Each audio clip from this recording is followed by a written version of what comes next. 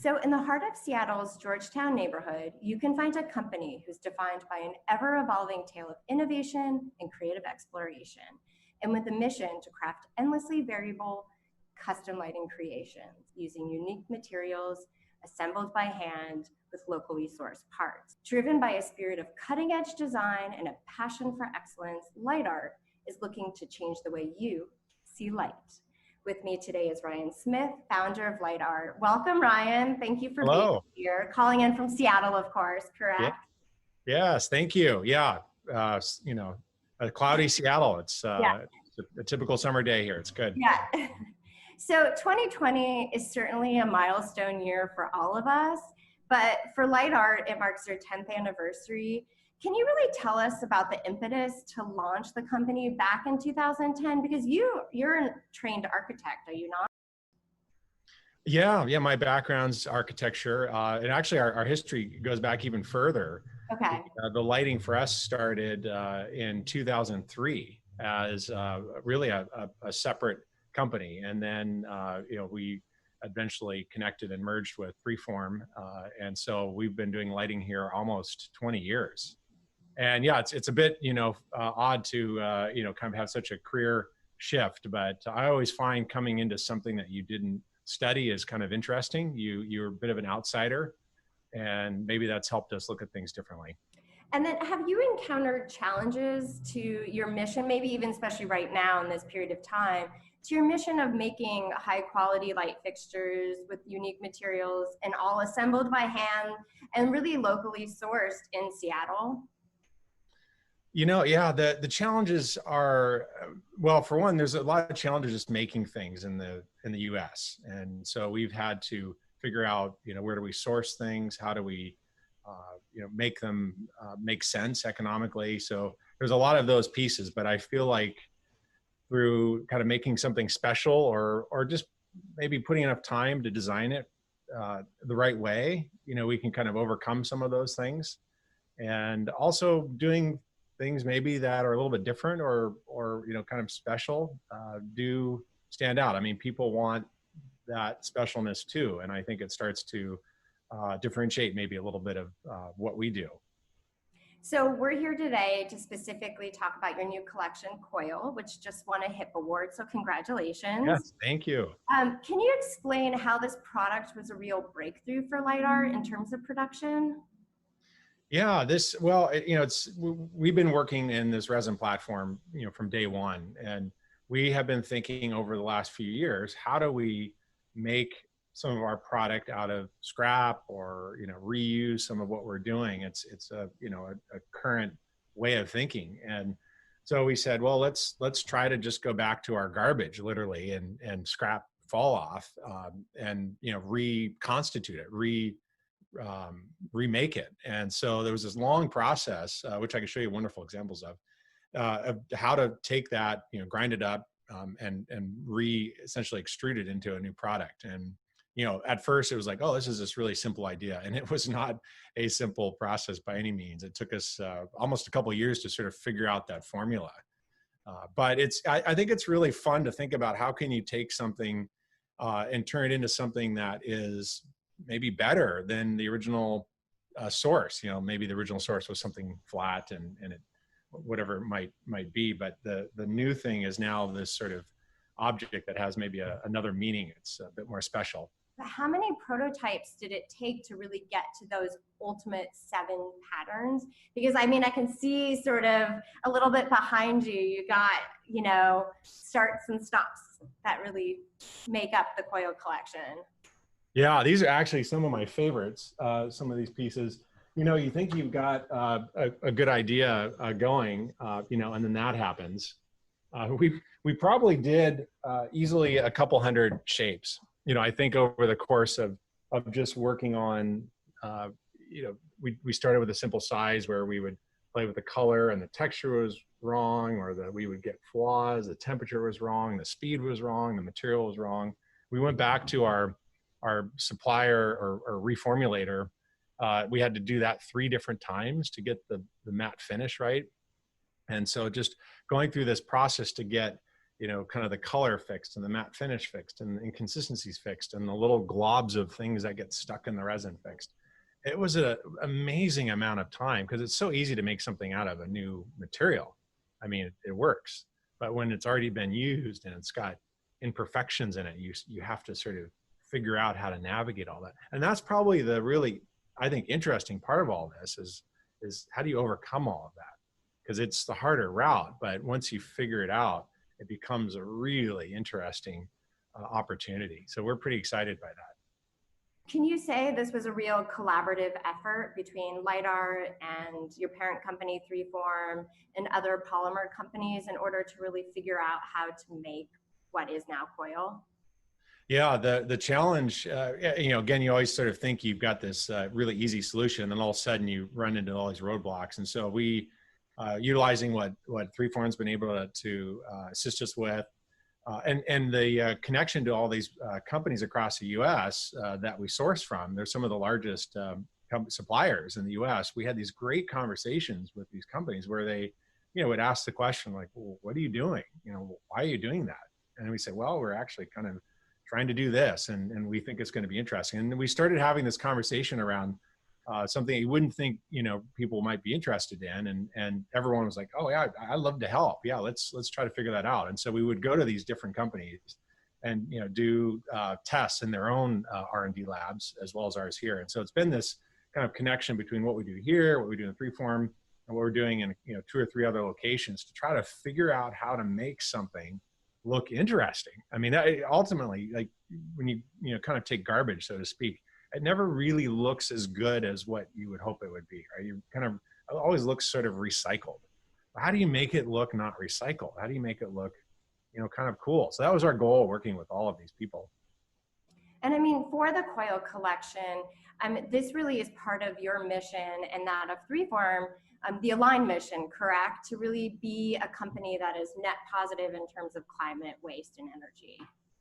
It is, yeah. So I mean, it's yeah. We've been thinking about sustainability for a very long time. 3form has had some early efforts in that going back, you know, 10 to 15 years, and I think it's been sort of built into a lot of things that we've been doing, is getting red list free products, using clean ingredients, and we started to say, well, how do we, you know, put this together in a way that we can, you know, tell people more about what we do, and we're, you know, we're proud about it. And it's hard to do, and so we said, let's package it together under something we called Align, and it's really just our sort of internal messaging around all of these different, you know, steps that we're taking. But it allows us to sort of say, I think, a lot of important things, and it's a message that a lot of people are wanting to know more about. And, you know, how do you solve the problem of, you know, things that don't have a use, you know, after they're done? And I think, you know, single use and durability, and there's all these kind of new terms coming into the design world, as well as,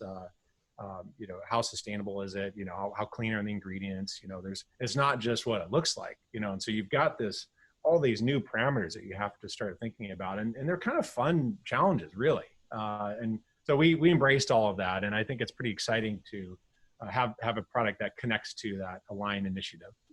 So of course, looping back to coil, with no pun intended, so can you go a little bit more into the waste or the garbage that you're saying that actually makes up the fixture? Well, yeah, I know it's a bit of I suppose, a strong word when you think about that, but as any manufacturing process, you always have, you know, kind of the offcuts or the edges or the pieces that don't work. And so what we did is we said, okay, let's take this starting point. And actually, I'm going to show you an example of this. I have some right here.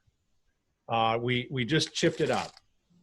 And so you can see in this, you know, jar, there's just chips of our material, you know, different colors.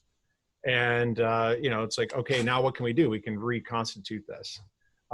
We then took it to a step further. This has been sorted. So it's the same chips, and they're just sorted where the color is pulled out and the clear is pulled out. And 3form is invested in this machine that allows you to, separate these colors. So this is our starting point to say, how can we get this material back to a point where we can do something with it? And then at that point, we started to add color and add these other elements to it to create, kind of the look and feel that we're after. And then, so you touched on color, because actually with this collection, it has a very monochromatic color palette, which is black or white. And was there a meaning behind that? Yeah, there is. And I'm going to show another example of that. So and this is back to the naivete of thinking, oh, let's grab this material and it'll just, come out great. Well, what happens is, and even some of that clear material that I just showed you, here's an example of that material, and it gets remade into these small pellets, basically. But what actually might look clear turns out to be sort of a little bit of an off-white or kind of a gray. And so, we ended up doing, and actually I'll show you this. This is sort of a fun example. I'm gonna make this very interactive because maybe that's interesting. This was our first piece that we printed. We took some of these chips and we put them in our machine. We said, okay, let's see what happens. And here this thing came out. It was just a mess. And the colors, were not blending at all. And so this was a real kind of surprise and maybe a bit of a setback, but we said, okay, let's like simplify this process. Let's just see if we can get to white and black, but let's do white and black in a really beautiful way. So it's just kind of a matte white and a matte black, and they have this very subtle hue to them. They have almost a kind of pottery-like feel. So that was our goal with color. And I think we can add a lot of colors down the road, but the simple point is just if we can achieve those two sides, because we have sort of technically a dirty mix and a kind of a clean mix, we can kind of sort our mixes into those two colors. And then you just touched on it, because there is something beautiful, which maybe people at home on their computers can't necessarily capture, but there is this matte, very pottery-like finish that you were able to capture. I mean, was that a huge challenge to be able to really create? Well, it was, and let's see, I hope these displays are interesting. So here's sort of the example of the two colors in its final form before we turned it into our shapes. But what's interesting is before we started to play with kind of that finish, here's a better printed example. It's quite often what you'd expect. It's a bit shiny and maybe not that interesting. And to me, this felt a little bit, I don't know, not as good. It didn't have that kind of subtle quality. And so, it was sort of easy to get a shape in this sort of shiny thing, but it was much harder to get something that had this kind of higher quality. And really, this is maybe going to show up a little bit better, I think. This is the kind of matte finish. And, the more matte finish it goes, I think it looks a little bit less like resin. And it does evoke another, kind of quality. So the idea that it looks like pottery and it has this sort of softness to it. It almost looks fragile. A lot of people ask, is that breakable? And I say, no, you can hit it on the table, you can drop it. And so I love the idea that products have this kind of second or third meaning, or you think it might be something that it isn't. That's kind of exciting to me when you see that happen. Well, it's great because it doesn't just feel like another piece that was produced and everyone's like, oh, I know that was like 3D printed or additive, manufacturing process. Like, it actually feels different, which is great. And then ultimately you ended up on lucky number 7 actual shapes, correct? Yes. Yeah. We had like 15 or 20 shapes. We said, we started with this idea that, okay, the shapes are maybe reminiscent of vessels. And so we had all these kind of fun ideas. And then we said, no, let's just boil them down to just shapes that we kind of like, that sort of feel right. And so it was really then telling the story of the material, and the shapes just happen to be kind of these beautiful, secondary, kind of reasons for these pieces to be. But the vessel and the pottery reference, I think, started to come in, very strong for how these play out. And they all have also a sort of a subtle, the shape not only being simple, but having there's a sort of a subtle texture to them that was very kind of interesting for us to get to. And you can make something look very sort of machine made, but we actually had, we wrote our custom G code to wiggle basically. And so it actually causes the thing to look a little bit rough and even more handmade. So it's funny, the more further away you can get from machines and kind of technology, the more handmade and soft and sort of historic, if that's the right word. I think it adds a really interesting kind of way of thinking about these. Well, also I was going to say it's a little bit of a departure maybe from some of the other products that you create, because it also, besides the shape and obviously this very pottery-like finish, it really does capture this residential aesthetic that you may not always see with LightArt. Well, that was something true. I mean, we're doing a lot of these flat sheets as our kind of starting point. And so a lot of our bigger projects tend to have bigger shapes because we're sort of manipulating these kind of large sheets. And what was fun about this project was we had this machine that can actually create these kind of very elegant, circular shapes. And I thought, oh, this is the first time we can actually make kind of round things. And so we started to really think about that. And at the same time, yeah, it's a scale that is very residential. And I think a lot of commercial projects are going much more residential, as we know, the resimercial feel. But also, gosh, even over the last few months here, I mean, everyone's thinking about their kind of home space now and their home office or whatever it might be. And, what's that feel that you want? And having something kind of small and beautiful is always a wonderful way to add to a space. Well, kind of touching off from that, I mean, beyond the coil collection, are you using this specific time period and really our time working from home, looking ahead to your next collection? Yeah, it's an interesting question because we've been thinking about it a lot, and I know there's a lot of people been talking about ideas, and it's definitely going to shift. I think how people, obviously, a lot of shifting going on, but just that are people going to want maybe warmer spaces, or is there a comforting factor? Is it not so much kind of large big things? Maybe it's smaller, more intimate things.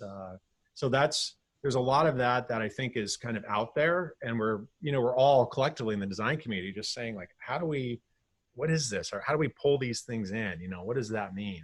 And I think also, and this was, we started this project 2 years ago, but the materiality and sort of the story, the sustainability story behind this becomes another sort of important piece of like why it makes sense. It's like, yeah, we actually have a real reason for doing this. It might look interesting. It might, fit, in your space, but it also has this sort of reason to be and this sort of, sustainable story, which I think is a real future trend, and it, as these things, go based on the bigger economies of scale and whatnot. But people are all thinking about this and they want to think about that. And it's just a good solution. It's a really positive way to think about how we can envision products in the future. Well, Ryan, I mean, we all definitely look forward to seeing what does lay ahead for LightArt. And I want to say thank you so much for really your insight into the brand, into the coil collection, and sort of your design process. And to our audience out there, please make sure to check out the LightArt website to learn more about coil and what's to come for the brand. Thank you. Thank you, Helene.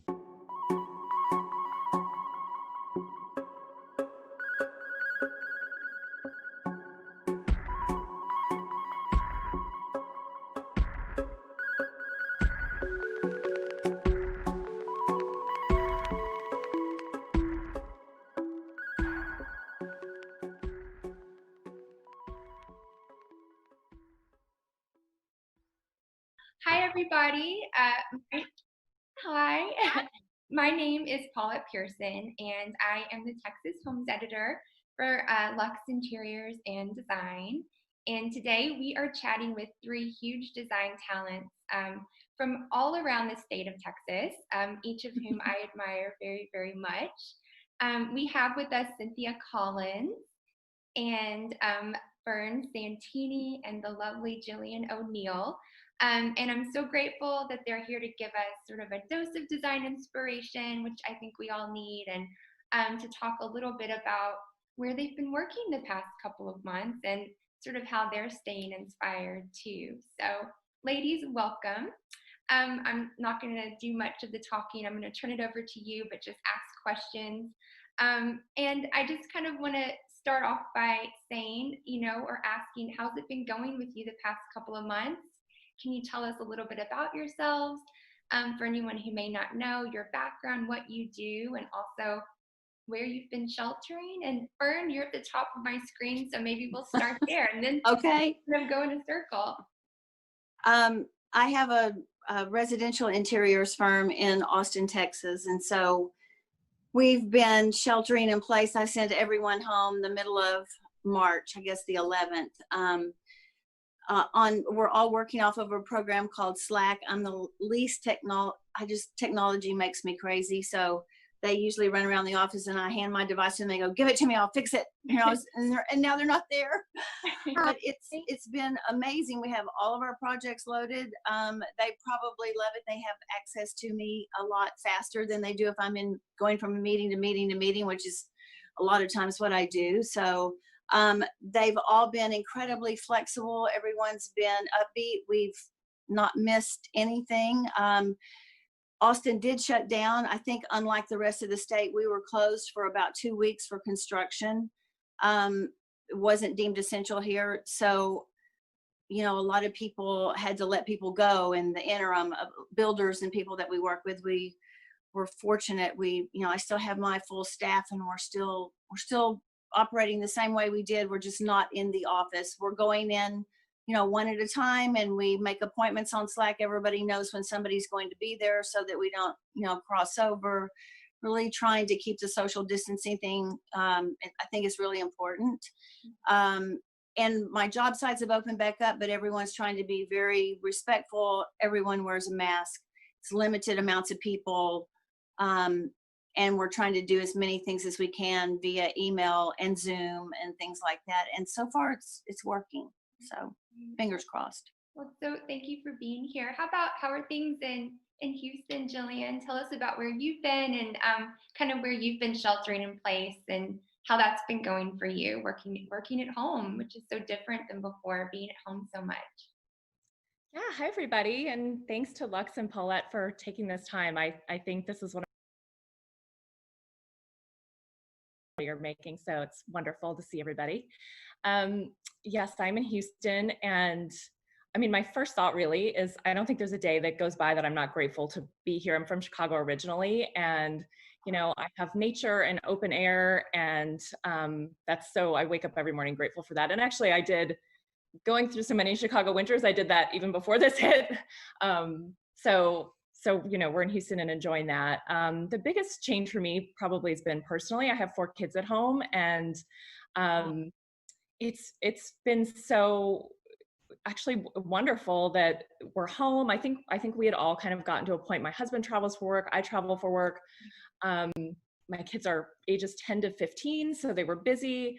And, all of a sudden life came to a stop, and we've had amazing family dinners and time together. And, my daughter has 2 years before she leaves for college, and that's in my head that I have this time with her. So it's been really special. Work related, it's been a little difficult for me. I have offices here doing interiors, and then also Chicago and London. So balancing all of the regulations that are going on there has been a little bit difficult, but we just kind of go along with what people tell us to do and stay positive. And they're small teams because they're new offices. So I'm grateful for that, that we had just kind of opened and just getting going. So it's been, we're just rolling with the punches there. And I have a furniture collection that's manufactured here in Houston. And, we took a little time, break when we needed to for the couple weeks, but manufacturing's back and going. It's a small company here. So, like Fern was saying, we make sure they're all family. So, maybe one person is in at a time, and we're back to it. So I'm just feeling grateful. Well, it's so good to see you. So good to see you. So good to see everyone's faces. Well, last but certainly not least, how have you been doing, Cynthia? Where have you been working from? Are you at home? I know I kind of follow all of you on Instagram, so I'm embarrassed to say I know what you've been up to a certain extent, but where have you been working from, Cynthia, and what have you been up to the past couple of months? thank you for having me. I have been working in and out of my office and also obviously at home. Uh, we closed down our office at the very beginning, but our construction did not stop and did not shut down. So we've been able to have meetings and go to even movers haven't been shut down. Yeah. So like you said, everybody's being respectful and wearing masks and have less people on a job site, but we have been working the whole time.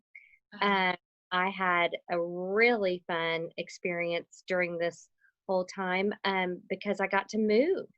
And so I'm remodeling a house for the last probably year, and we got to move in during Corona, which actually was really nice because it was slower at work, and so I got to hunker down at home and spend time organizing and just doing details that I don't think I would have been able to do had I been in the middle of work. So we loved it and have really enjoyed our neighbors outside. We've all been having dinner and drinks outside very far apart from each other every single night. So it's been everybody's making the best of it. I think that that's one of the things that I've heard so many people say is just kind of what you all have alluded to, which is just we've all kind of slowed down. I think everyone kind of goes at a breakneck pace for the most part, and this kind of forced everyone to kind of sit back and, you know, maybe even be more creative in a way, because you're able to kind of sit and think about things a little bit more. And that's kind of what today's kind of talk is about, is how are you being creative at home? And it's kind of a good segue into our next question, which is, you know, can you describe your at-home workspace and share maybe some tips for creating a work environment where you can feel sort of productive, inspired at home? We're all sort of working in unusual places or places that are a little bit different than before. How do you create an inspiring work environment at home, and where you can sort of be productive and stay creative? Who wants to take that question? I'll hand that with the door. Okay, that's exciting. I mean, I have my home office was right as you walk in the front door and was open to everything, which was working great when my kids were in school. And I think day 2, I took that desk and dragged it into my bedroom in the corner right now. So it's a little bit makeshift, but you know, I needed for these kind of things, I needed some privacy, and so did my husband. So we're kind of sharing that desk, but so yeah, it's we had to get creative in our house a little bit. So adding a door when you have kids, that's a good tip. But I've also been really enjoying, you know, talking about Texas. I've been working outside a lot. You know, it's just nice to sit out in the fresh air, and I'm always inspired by nature, and going for walks and getting inspired there too. So I kind of feel like my whole house is my office, which it kind of needs to be because we're here all the time. So yeah. How about you, Fern? What are some of your, you know, tips or tricks? Well, I've been looking at Instagram at everyone's posts of where they're working and thinking, oh my gosh, I've gone from my dining table to my bar in my kitchen to I'm sitting in my living room at the one end that is not covered up in boxes because I'm receiving everything at my house right now. And it's starting to remind me of 25 or 30 years ago when I lived in a little bungalow when I first started my business, and you would open the front door and have to step over boxes. And that's I'm almost back there. But what I have loved, I have a library that has all of my design books in it and things I've collected forever. I'm looking at it right now, but several years ago, I sat 2 huge white peacocks on 2 huge pieces of rock crystal on top of stacks of books on the table. So it's beautiful, but it's totally worthless for working in there. The great thing is that I have access to all my books right here. I'm not sitting at my office going, because I still look at books. I have markers and things. I go back to things that, you know, my Jean-Michel Franck book is so old, it's in French. I can't read any of it, but I still go back to that for inspiration and have places tagged. And so to have all of that at my fingertips has been really great. So I've loved that part about it. I do think it's been wonderful to be able to slow down and spread all that out in a way that I haven't done in a long time. It's different when I'm at the office. So it's even at 10:30 at night, you know, I'm in there with the book spread out, and there's kind of things still going on in the house. So I feel like I'm still part of what's going on. I'm not secluded, but still working. What about you, Cynthia? Um, I've been doing a lot of work outside, actually. I have a balcony that has a nice view, but nobody really can see me. And so I can get away because I have my husband and my middle son they're both working from home. And so you just got to find a place to be alone. But I love what you said about the books because it's so true. Most of my really good books are at my house. So it's been a great creative time, and also a time to think differently, and to look at what we're doing design wise and being able to analyze it and slow down. And I love it's so funny. I love what you all are saying. And kind of, I'm so interested to see how all of this is going to affect trends and how kind of we live at home. And I'm wondering, you know, how the open concept will, if open concept will be something that kind of continues, because Jillian, you mentioned having that door, and Cynthia, you mentioned going out on the balcony so that you have some space. So I'm curious to see how all of this sort of affects, kind of even the layouts of our homes. If we're going to be working from home more, we need our own spaces where we can kind of escape and be creative. So. Are there any sort of positive practices or mantras or exercises that you guys have kind of incorporated in order to stay creative? I love to draw personally. So now instead of going out to dinner on Saturday nights or Friday nights, I stay home and I'm at my desk. So is there anything that you guys turn to? Maybe it's books, maybe, I know Jillian, you love to cook. You know, what are you guys doing what have you kind of grasped onto in order to kind of stay creative and kind of continue that at home? Fern, maybe I'll pass that over to you. Yeah, I'm being a really bad host. No, that's okay. I have probably cooked more than I have cooked in the last 15 years since I've been home. And really bad things, like things that I grew up eating, that my grandmother made, like homemade chicken and dumplings. I haven't eaten those in 15 years. The things that I grew up that I think are comfort, and at some level they're comforting to me. Lots of homemade desserts and things like that. So we're trying to back up and start being a little more healthy again, but it was just instant. We forgot all the diet. We forgot all the, I don't know, I think I went for a week and I didn't have a green vegetable. I was just like trying to figure it all out. But it's been nice to have, my son's here. He's working with me on the collaborative project, and they stayed away for a while and we all social distance. We were in quarantine for 2 weeks because we had come in contact with someone who was positive. And so that scare was over with. We were very fortunate. And so we're able to at least come over, and he sits across the room. So I know, Jillian, I'd love to learn a little bit more. I know Jillian, I don't know if you all follow Jillian on Instagram, but it's been so fun because she started doing on her Insta stories these really wonderful kind of almost cooking lessons, but you're usually there with your kids, and I even followed along. So tell us a little bit about that and how that's kind of worked its way into your life over the past couple of months. Oh yeah, thank you for saying that. It was really on a whim. I do cook a lot anyway, and it's not, I could never give someone a cooking lesson. I think when I'm on camera, I've said 100 times, like, don't be judging my knife skills right now. I'm just doing the best I can. But I do love to cook, and it's edible.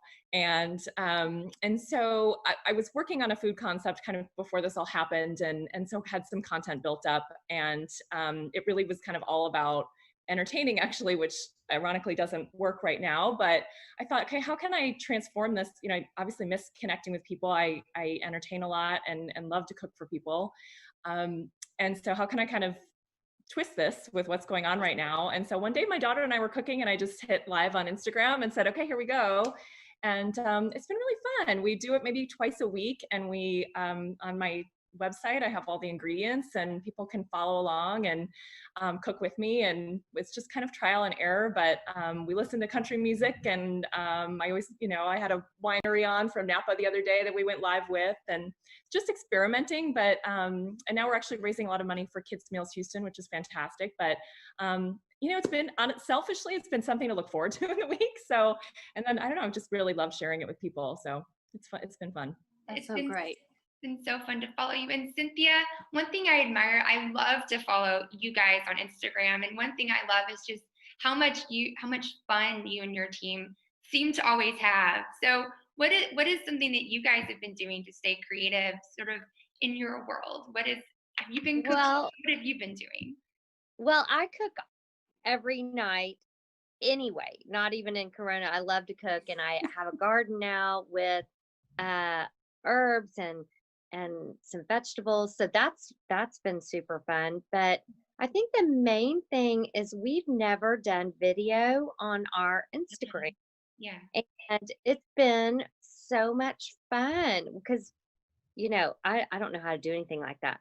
And so the girl who does our Instagram, her name is Bernie, she's come to my house, probably 10 times, and we've walked through it, and we're just having a ball trying to figure it out. And so we've done a few on new construction jobs since we can go in. We haven't posted them yet because we still, you know, they have to be edited and everything. But that's been a fun, interesting way of connecting with people. And it also, we all want to do what we can and do our part. And we had a very impromptu fundraiser on Instagram last week, and just our small little following created, I want to say, $20,000 or something for Union Gospel Mission, a big homeless shelter here in Dallas.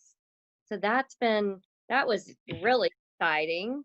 Yeah. And but for the most part, I think my home right now is giving me the most inspiration because we've really kind of notched it up and have time to do it. And I've got the workmen here, so we just keep playing it. It's like a canvas. Yeah. It's really been great. I think that's probably a silver lining, is all of the creativity that's come out of the use of Instagram. And I think I even commented on one of your stories the other day, Cynthia. It even had music. It was coordinated. You guys really should check it out because it's so darling. Can you tell us a little bit more about your home? I know you've given us some sneak peeks and this beautiful project that you're pulling together. Do you want to share just a little bit about kind of, you know, Sure. what that's been like?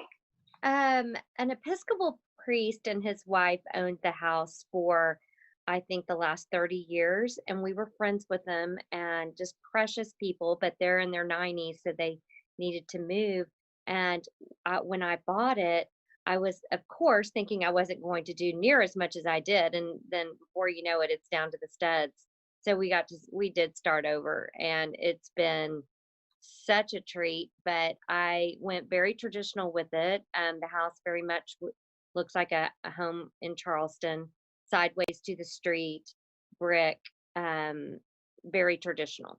So a lot of my art is not traditional, and a lot of my objects and some furniture is not traditional, and we just used everything we had. And it's a really yummy combination of years of collecting and interesting colors that I haven't been using lately. And when you work for yourself, you get to really experiment because nobody's scared.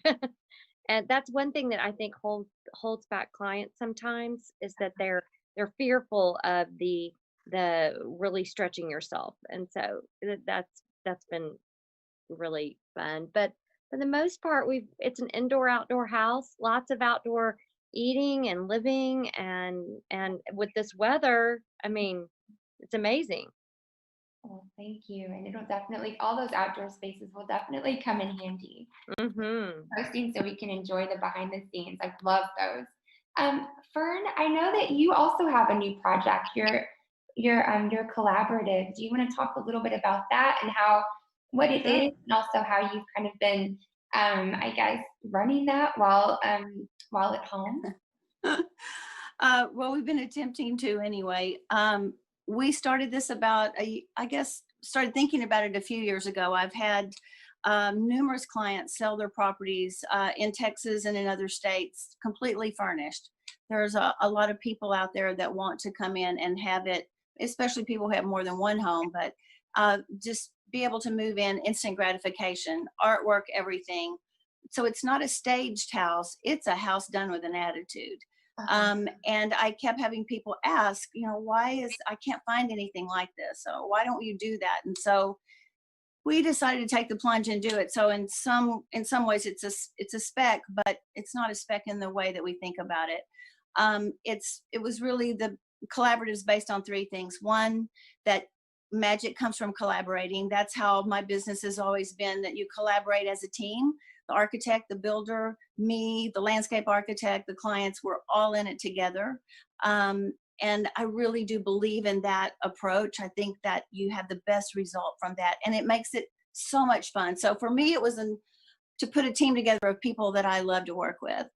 And the second part is that we promote our project partners. I really believe that the American dream should not just be for me and for you. It should be for the guy that made the dining table, who in this case, I happen to love him. He makes Shota Yamaguchi, makes a lot of things for me. I think the world should know about him. In this business, I think a lot of times we try and hide our resources. And I think we should promote the people who make us look good. So that's an objective throughout the entire process. And then the third part is that we pay it forward at the end. So we pick a nonprofit at the beginning of each project, and that nonprofit tracks all the way through, and we raise money for them as we go and raise awareness. Yeah. When people move into your community, they don't necessarily know about who's out there that needs your help. So for this first one, the house is kind of all about music. Music is big in my life. This house is really designed so that you can have music right in the big fat middle of everything. It's not just relegated to us, the media room or such like that. So HAM is our first nonprofit, and that's Health Alliance for Austin Musicians, which they especially need our help right now. HAM arranges with insurance companies to buy affordable health care for working musicians in Austin. And it's something near and dear to my heart. So everybody comes into Austin and loves live music. We need to put your money where your mouth is, and just, we need to help those people out. So the house will be used for all kinds of events when it's finished. And we guarantee that they get 100% of the proceeds. That's my other pet peeve, is so many of these events, by the time the expenses are paid for, there's not much left for whoever you were raising money for. So 100% of it goes to them, which means we have spent a lot of time on underwriting and things like that. And we just weren't planning on, like the rest of the world, this is a bit of a curveball. So we're trying to navigate. The house will be ready in March, and we're trying to figure out what events we can have there, and what those might look like. And I just think it's too soon to know, at what point people will feel good about getting together in groups of, more than 15 people. But it'll happen. Well, for anyone who didn't know, Jillian is a maker herself. She has a line of furnishings. Is that something you've been able to maintain, Jillian, throughout this? I know I've seen a few of your sketches, and your furnishings are so beautiful. Have you been working on that as well? Yeah, definitely working on that. Not in the way that I thought. This is our year 2, and 2020 was supposed to be kind of a year where I was, actually this week was going to be an opening show where we're going to have a residency in New York in the Interior Arts Building.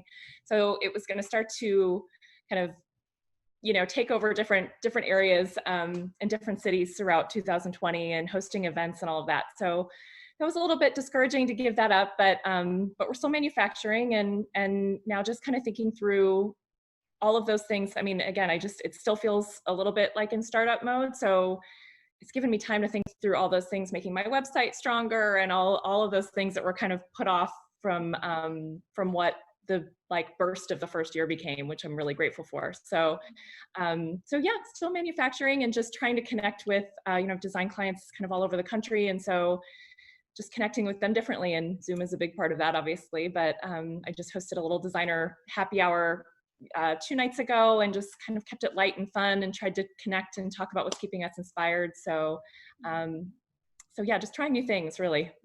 Well, since I have 3 fabulous designers with us, I'd feel remiss if I didn't ask, if you all could share kind of a design tip for our audience. Is there anything that people can do? Everyone's sitting at home wondering how they can make their home, more comfortable or more beautiful. Is there something relatively uncomplicated that people can do that you've maybe done as experts that they can do to spruce up their interiors? Cynthia, is there anything you'd kind of recommend for people who might be watching? Well, right now, color, I think, changes a direction and a mood without being expensive. And we have the time to do it. And I got a phone call from a client who wanted to do something in her bedroom because she's in it all the time and wanted something different. And so just by painting her bedroom, she felt like she was in a brand new, she didn't have to buy anything. She didn't have to shop. And it totally changed the environment. So color. And what about you, Fern? Are there any tips that you might recommend? It's exactly, we just repeat all of that. It is, I mean, I'm sure we've probably all painted our own spaces. I've painted so many of my own spaces. It is instant gratification and it's instant mood change. Doesn't cost a lot of money. And I think especially now that we are at home and people may have a little bit more time on their hands, I think it'll allow people to be riskier than they were. I mean, just, go for it, don't paint it white, just really sit and people will, I think if you've got time to sit in the room that you're thinking about in the morning, in the afternoon, in the evening, it feels different at all times of the day. It has a different mood, a different light quality. Figure out what you want to do and, make it, use some drama. I think color is absolutely coming back. I've always loved color. So I think now's the time for, people to, I think it can make you just feel really good without a big investment. Jillian, is color your recommendation too? What are some tips you might have, uncomplicated tips for people to kind of spruce up their interiors at the moment? I would say space planning, actually, because I found that I think I was a victim to this more than I thought I was, because I love talking space planning with clients and room functions. And you had brought up open living and actually I was never really a fan of that. I loved that idea of sanctuary and cozy rooms. So I was always trying to, especially when I started my career, it was all about open plan. And I was like, no, can we just draw more walls, please? But, everybody was against it. So we worked with it and it's beautiful. It always is, makes for beautiful spaces. But I kind of have a traditional Georgian house with smaller rooms. And I think we were utilizing our house like a busy family. Our kitchen, like we needed a kitchen for food and bedrooms to sleep in. And that's how we were using our house. And half the house wasn't even getting used. And so the first week, my daughter and I repurposed all of the rooms. And it is something I think I thought through with clients always and didn't really do for myself. So now, our dining room, which I do entertain a lot, but usually more casually, it's a workout room and a little office. But our formal living room is now this big media room where my whole family just sits and watches. Well, right now we're watching the Michael Jordan documentary, which is great. But we can all fit in there, and we put kind of all of our comfortable furniture into one room and kind of made this makeshift theater seating. And it's not what I had really conceptualized for the first room when you walk in my house as a media room, but we love it and we use it every night, and we're really using that space. So yeah, I think my advice is to get a little bit more creative with the functions of the rooms and, not just have them, utilitarian. So that's really Wonderful. worked for us too. Yeah. Well, it's gone by so quickly. I have one more question for each of you as we kind of wrap up. But what are you all most looking forward to, I guess, when we kind of get the all clear and we're able to all be together again? Is there something each of you is sort of looking forward to, whether it's being with friends, you know, restaurants? What is it that you're looking forward to most, briefly? And I'll start with you, Cynthia. I want to have a party. I It's want to have your house. I want to have all my people over. I just can't wait.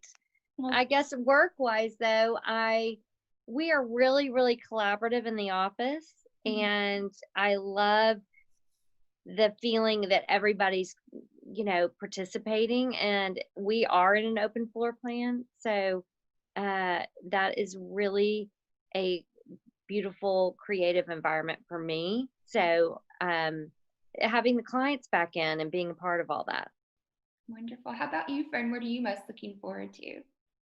I think this much the same thing, just to be able to hug people again. I don't know if I'm not sure if that's ever going to be the same, but to be able to get together in the evening, because, you know, we don't cook a lot at home. And so I have places that I absolutely love that are kind of my home away from home, that I have business meetings in the evening, or they're part business and part friends. And a lot of times that's a crossover anyway, clients that have become really good friends.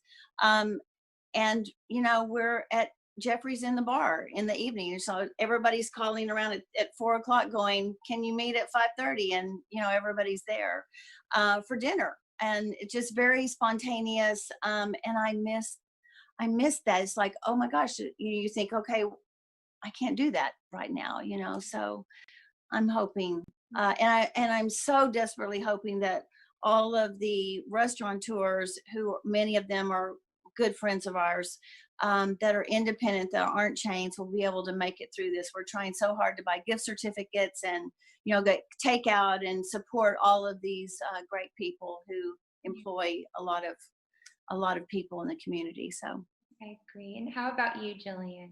What are you most looking forward to?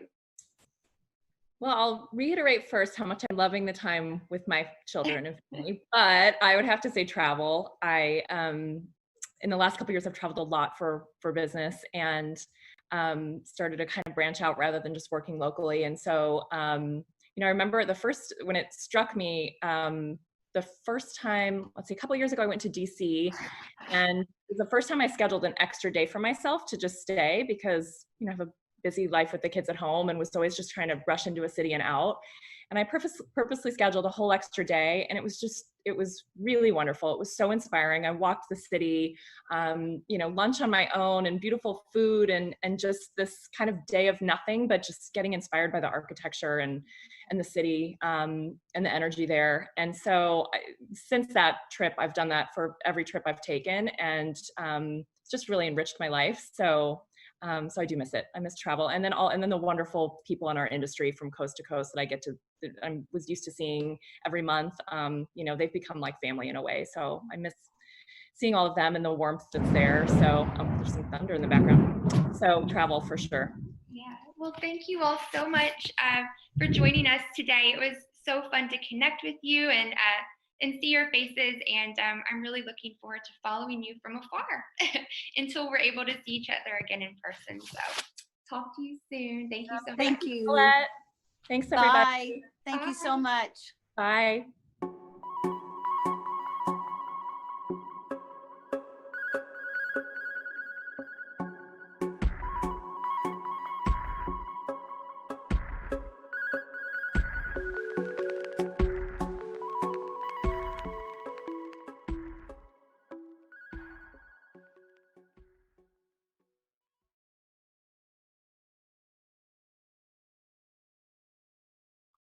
Hi, I'm Jacqueline Terrebonne, the editor-in-chief of Galerie magazine, and I'm thrilled to be here today with one of our creative minds, Markus Dochantschi.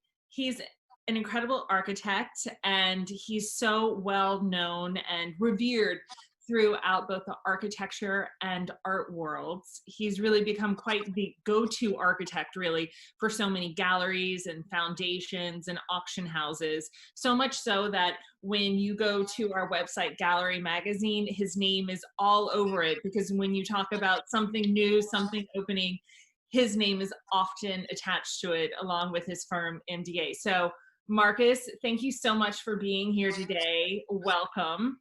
Well, thank you for having me. It's always fascinating to talk to you and hear about what you have going on, what you're designing. But I just wanted to start off by talking about what is your overall approach to designing art spaces, and how do you really think that's affected by the fact that you yourself are an art collector as well? Yeah, well, I mean, it's interesting that actually I got into designing galleries really through my passion for art. So this goes, I want to say maybe 15 years back when I went to an art fair, and I purchased a great piece from the David Nolan Gallery, and David, who's a good friend, and I said to him, you know, I love the work, but I really hate the way your booth looks.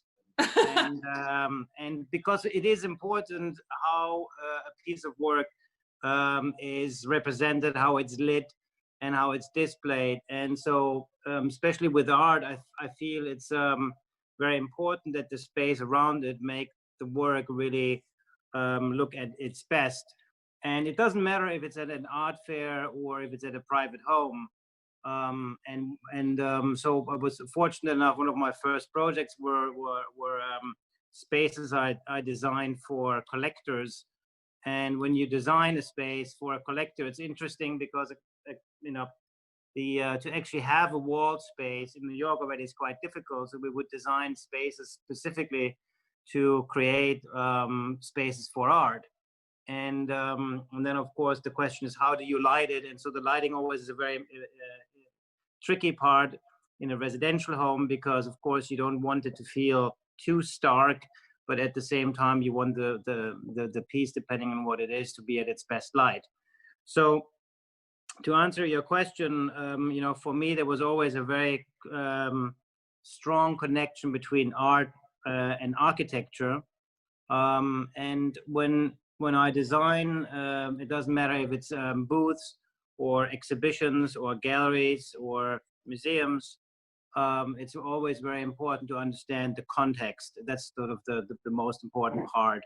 And when we design spaces, it really has a lot to do with what context they're in. But generally speaking, for me, it's always important to make sure that the architecture supports the art.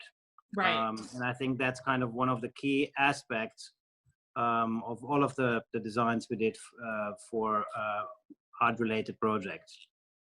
And how much of your background and training at Zaha Hadid, how much did that prepare you for launching your own firm and that approach? Were those some of her approaches as well that you picked up through the years there? Yeah, I mean, it's definitely, you know, well, first, you know, I basically, I studied architecture in Germany, and then during my studies, I went to Japan, working for Arata Isozaki and Fumihiko Maki, who have already had at the time a great portfolio of museums and galleries. And so when I started working for Zaha straight out of school in '95, we worked on several competitions. A lot of them were for museum projects. And so when we won the competition for the Contemporary Arts Center in Cincinnati, that project was basically, I was the design architect and the project architect for that, for the museum or for the art center. And so I really, just after we won the competition, I went to New York and I visited all of the galleries to not only understand the spaces, but to also see what kind of qualities they offered in terms of lighting, acoustics, proportions.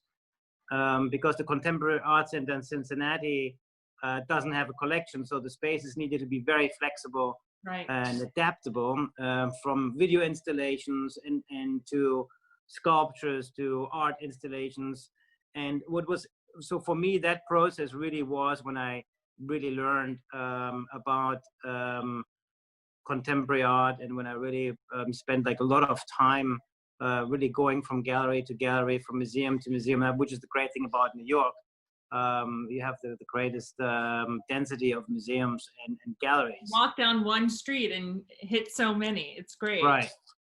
And so that really was one aspect to it. The other one, you know, I feel with, well, I would say my approach is a little different, but the methodology, in a sense, at Zaha's was very much at the time where we always looked at each project within the context, not just of the city, of the country, of the, but also to really very specific to the program of each project. And what I mean by that is, you know, when I design a gallery or for a gallery, it's very important for me to really get to know the gallery, to understand their program, to understand what artists they have, to understand what their basically character is, because every gallery has a different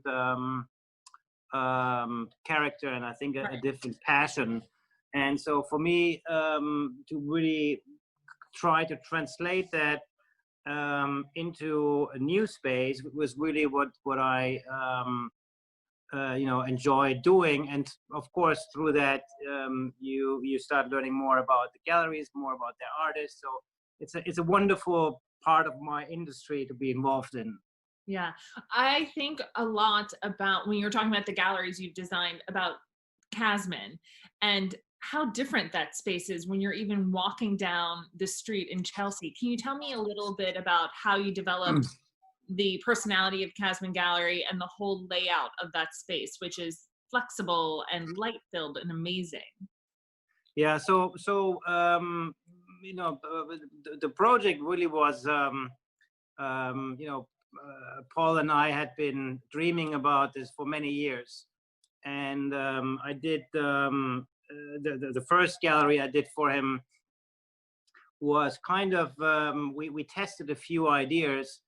And one thing that that was really important in terms of how a gallery is perceived by the public, and this is also something that ties into the Phillips auction house. So one thing that really was important was to open up the gallery to the street, to the public. And so the very first gallery we did, and this was at a time where when you would walk through Chelsea, a lot of galleries had, you know, frosted glass doors. You couldn't look in. Barriers, almost.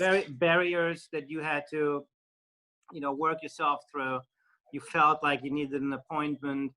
And it felt more like it's not necessarily accessible for the person that has never been there before. And so what we did is, for the first gallery, it was really, the objective was to open it up as much as we could. And so after we did that, we ended opening up the gallery. We did the same thing for the gallery at the corner that before had a glazing. We opened that up. The opposite corner, we opened it up as well. And really the idea was to invite the public in. So when we designed the last gallery for Paul, we did the same thing, and you almost have like this picture frame facade that draws you in. So it was really purposefully a subtle but purposefully gesture to really bring you in, and to have a facade that's very almost neutral, I would say, in terms of the materials, but it draws you in. It has a maximum opening, and you can see what's happening inside the gallery even when it's closed, or at night. So that was one aspect. The second one was to create a space that will maximize the ceiling height at the same time that maximizes the skylights. And so the fun part was that on one side you had, you know, the skylights, but at the same time, we wanted to have a green roof. And this was the other important part about the project, and that it was so site specific, which is it's right next to the High Line. Mhm. And you have, you know, thousands of people each week going along the High Line. And the beauty, of course, was to use it as a sculpture garden and have the general public, nobody that even knew that this is the gallery district of New York, walk by and see a Robert Indiana sculpture, for example, or a Shapiro sculpture, and wonder, you know, what there is. But our challenge was to create a greenscape, so you have sort of the maximum of greenscape, and then at the same time the maximum of light falling into the space. Well, I've just been so impressed seeing different shows in that space, how flexible it is, from Lalonde to David Wiseman to Bernard Venet. Yeah. You know, each time it's a completely different experience. I almost have to remind myself I'm in the same space. Yeah, I mean, and what was really the idea, to almost the reference I have is sort of like the European Kunsthalle, where you really have a space that has maximum flexibility and allows you to subdivide the space, but it also allows to only show sculptures or show very large pieces, like you know, the biggest piece that just about fit in the space that Paul had shown was a Rosenquist exhibition. I don't know if you saw it, which was fantastic, and it literally just fit in the space. But it has been a lot of fun, and of course, for me, it was a you know, a very special project, of course, because the Zaha Hadid's building is right next to it, and so by coincidence, my building is right in front of Zaha's building, and I did another 9 galleries under the High Line. So, you know, so we are flanking our building on both sides, even so much so that, which will happen as soon as we can open, we actually connected this building through an opening to the Zaha building. And in the Zaha building, we designed another viewing room and the offices for the Kasman Gallery. So now the Kasman Gallery is moving their operations into the Zaha building, connected through the back of the building into the new building. Oh, that's amazing. That's Yeah. fantastic. And what about Listen Gallery? How does that one sort of compare, contrast to Kasman? How did you bring out the personality of that gallery in the space? Yeah, so Listen Gallery, what we really did is, and again, actually that project is also like the 9 galleries we did under the High Line. And we kind of use some of the same elements. So in terms of drawing people in with a facade that kind of facets back, big openings for people to look inside the gallery from at any time of the day.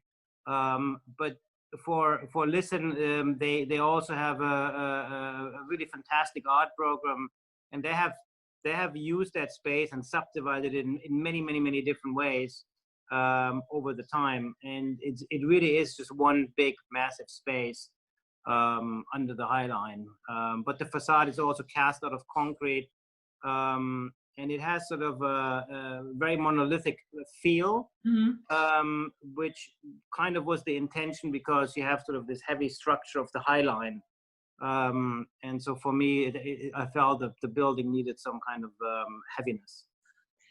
It's interesting that you mentioned the concrete, because I think a lot about the materiality of galleries and that it's sometimes the same palette you're working with. Do you vary that at all, or do you feel like? Yeah, we vary that. So, for example, the High Line 9 facade is cast out of white bronze, which was cast in a foundry in upstate New York. Coincidentally, actually, Joel Shapiro was casting his sculptures while we were casting the facade, and basically, you know, you melt sort of the leftover again and cast it. So some of the leftover went into our facade. So architecture truly blending. Yeah, but it really all depends. You know, we have done. So, for example, we're doing a gallery right now. Literally, I'm here. My office is in Tribeca on Franklin Street. We're doing an office right now, a gallery right now for Lou and Augustine. Right. That will actually get a wood floor. and we have done wood flooring for some of the floors at the Anton Kern's gallery in Midtown. And it really depends on, the program and the kind of work that galleries want to show. It really depends on the identity, and that's kind of what I was mentioning earlier. For example, the gallery we did for Andrew Greps in Tribeca has a wood floor. It was actually a reclaimed wood floor that has some, this character and has a little quirkiness to it and has some mistakes in it, and and that's, I think, very much sort of Andrew's program. He has it's like this. It's not like clean and easy to understand. You need to you really look at it carefully to understand it. And so every gallery has sort of their own, I think, specifics. And you mentioned luring Augustine and Tribeca and Andrew Carson, but Anton Kern, how does that work in terms of neighborhoods for you? Do you feel like there's a real difference when architecture-wise when you're approaching Chelsea versus, everything that's bubbling up in Tribeca right now? Yeah, I mean, Tribeca is a little different in the sense that, it is a historic district. And so, but what you find in terms of the storefront is therefore, very much in line with what you found here before, whereas Chelsea is more industrial and was sort of kind of more a neighborhood where you have a lot of warehouses, which of course now changed. But I think the move to Tribeca makes sense because all of these ground floors or all these buildings used to be actually big warehouses. And so they lend themselves very much to galleries. They have already great floors that take a lot of weight. They have high ceilings. They have often in the back a skylight, like for example, like we did for Stefania Bortolami's gallery. The catalog of spaces that is available in Tribeca very much, I think, lent themselves to galleries, just like at the time before the redevelopment, the spaces, single-story, column-free spaces you found in Chelsea lent themselves for galleries. So, it's interesting. It's really the quality of the space that attracts the galleries because it is attractive for the artist. Right. Interesting. Well, if you're just joining us now, I'm Jacqueline Terrebonne, the editor-in-chief of Gallery Magazine, and I'm speaking with Markus Dochantschi, who's a fantastic architect, really a go-to for the art world when it comes to creating fabulous spaces. He's one of our creative minds, and you can read all about our creative minds on gallerymagazine.com. And please don't forget to like us on Facebook and follow us on Instagram. And we were talking about galleries, but now I want to sort of shift gears and talk about the foundation that you just designed that opened recently out in Greenpoint, Brooklyn.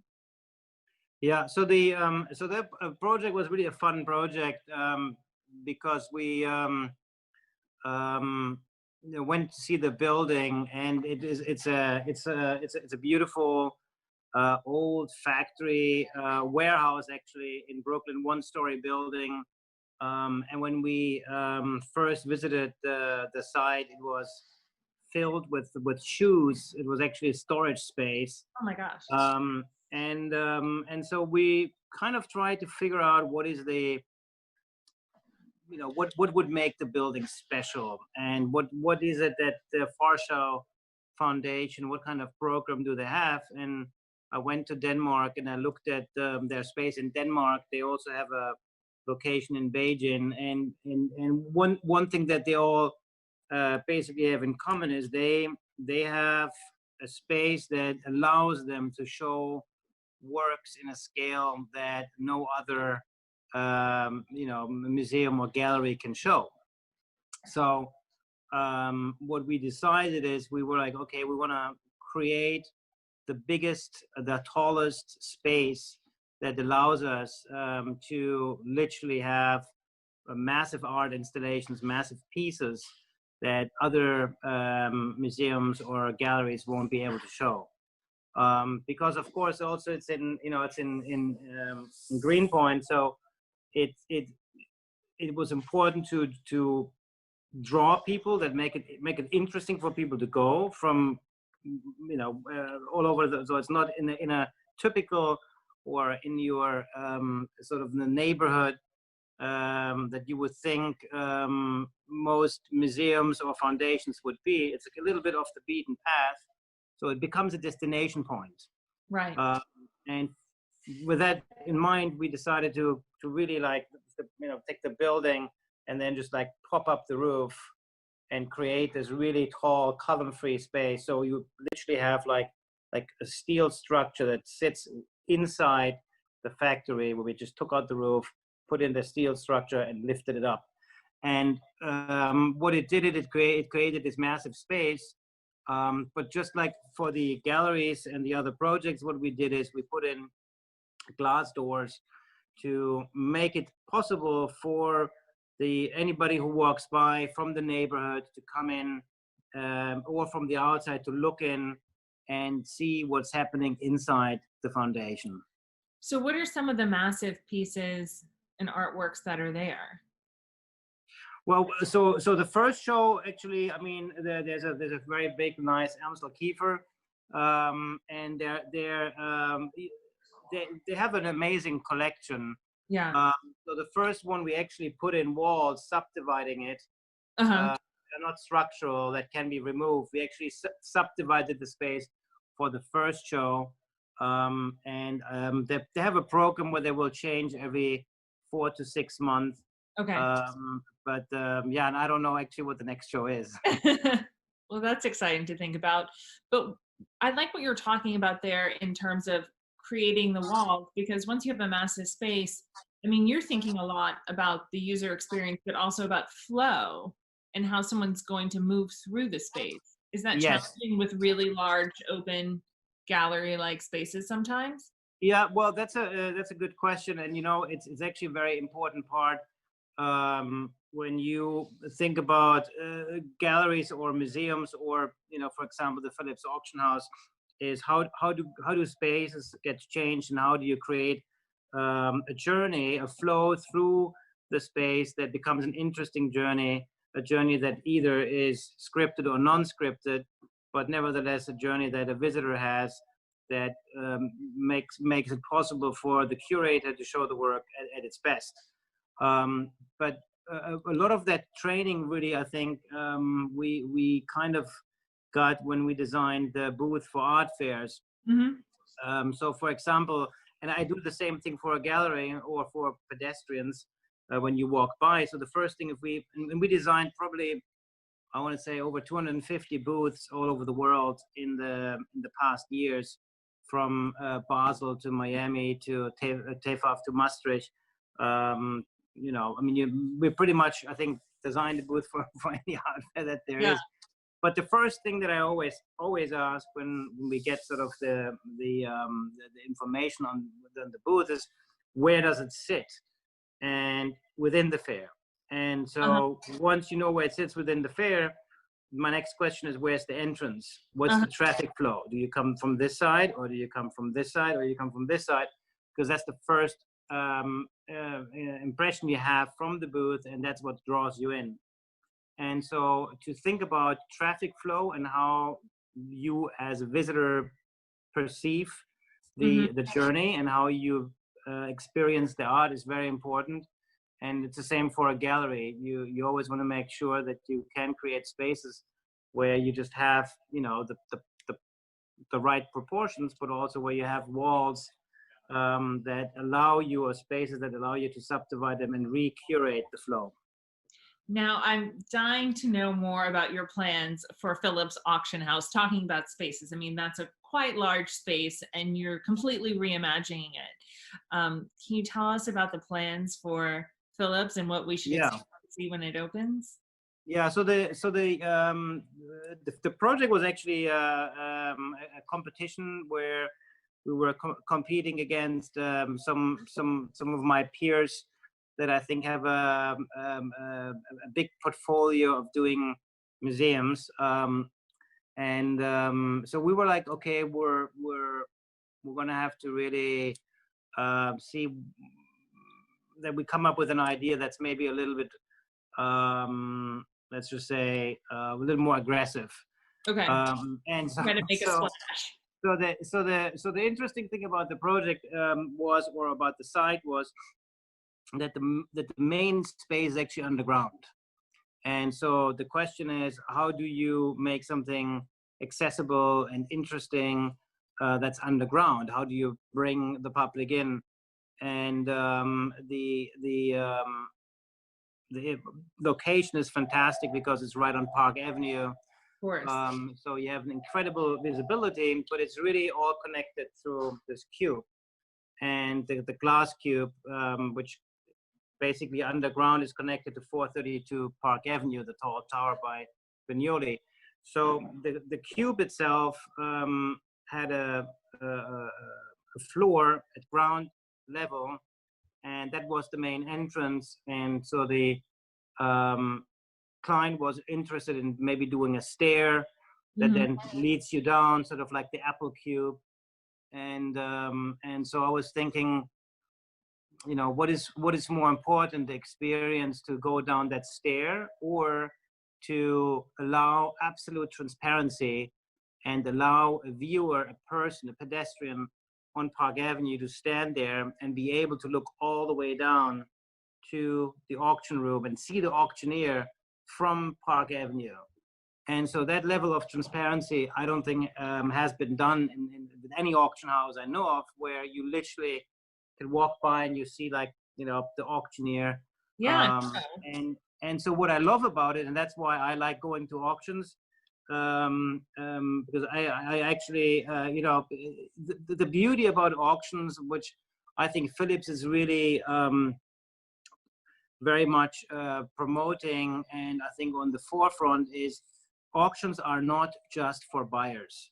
And so what is really amazing to me is that you, as anybody can walk in there doing viewing hours, and you could see a piece of art that has been with an owner for 50 years and never been seen by anybody. It's never been in a museum. And so that piece of art now, before it goes to the next private owner, potentially the next private owner, sits there for 2 weeks on display, and you can actually see it. Now, yeah, pretty exciting. And that to me is fantastic, you know. Yeah. So to really, on one hand, create a space that we treat like a museum, that has the qualities of the museums, where you can have quality shows on the scale of a museum.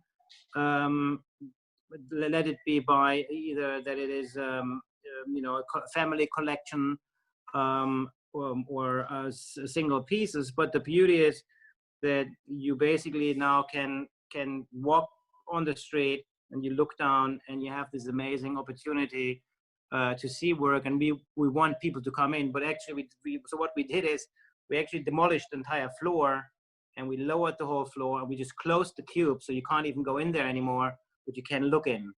And there's another stair, an escalator that then takes you down. And I think you know, Philip has been very great and open to the idea to really making auction houses publicly accessible, but also, which I think is an important part as well, is to have a program that will consist of artists speaking, or a symposium, or screenings. So really to have a program for the general public that evolves around the auctions. I think that's so exciting. I can't wait for it to open. Hopefully, fingers crossed, this fall.